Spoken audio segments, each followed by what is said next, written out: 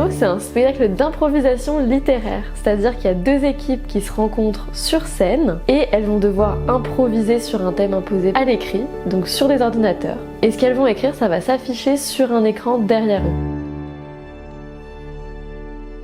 Pour ce spectacle, il y a plusieurs personnages. Il y a l'arbitre qui donne les thèmes, le temps et qui assure le cadre.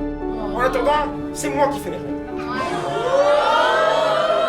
Il y a le MC qui anime, qui assure le lien avec le public. Maestra Capella ou Maître Capello. En fait, elle va apporter plein de petites anecdotes. Aussi, pendant le Chaos Démo, il y a un musicien qui improvise l'ambiance musicale pour inspirer les boxeurs de mots et les accompagner dans l'écriture. Et les coachs qui accompagnent les jeunes sur scène, c'est ceux qui les ont accompagnés pendant les répétitions durant toute l'année. À la fin du temps imparti, il y a un coach qui va devoir interpréter le texte, donc qui va lui donner vraiment vie.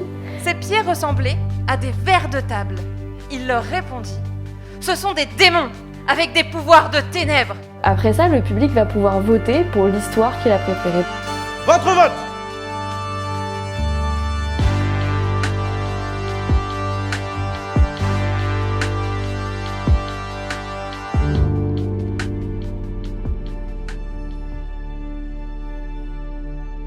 Le trophée Chaos Démo des cités éducatives, c'est un tournoi qu'on a mis en place avec l'Agence nationale de cohésion des territoires.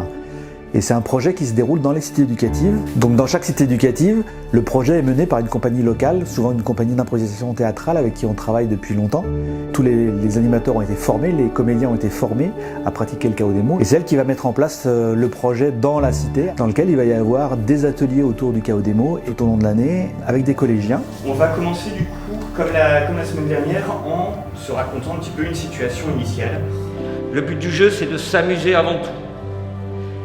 Raconter une histoire à plusieurs, collaborer. Ces ateliers qui sont ludiques et faire passer cette pédagogie à travers le jeu, ils ont vite accroché.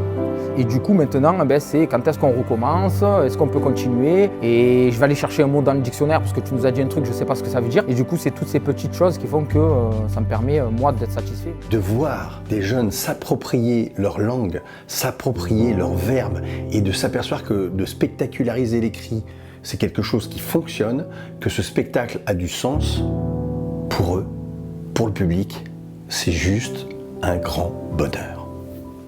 J'ai l'impression, j'ai gagné de la confiance. J'ai confiance en moi. Ça m'a permis de me canaliser, de plus écrire. Parce qu'avant, je n'aimais pas du tout écrire. Maintenant, j'aime de plus en plus raconter des histoires.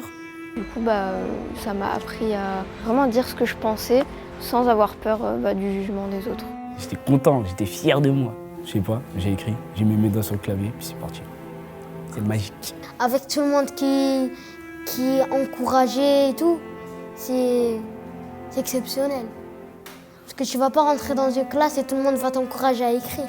J'aime l'impro, j'aime être sur scène. J'ai envie que ma voix serve à quelque chose.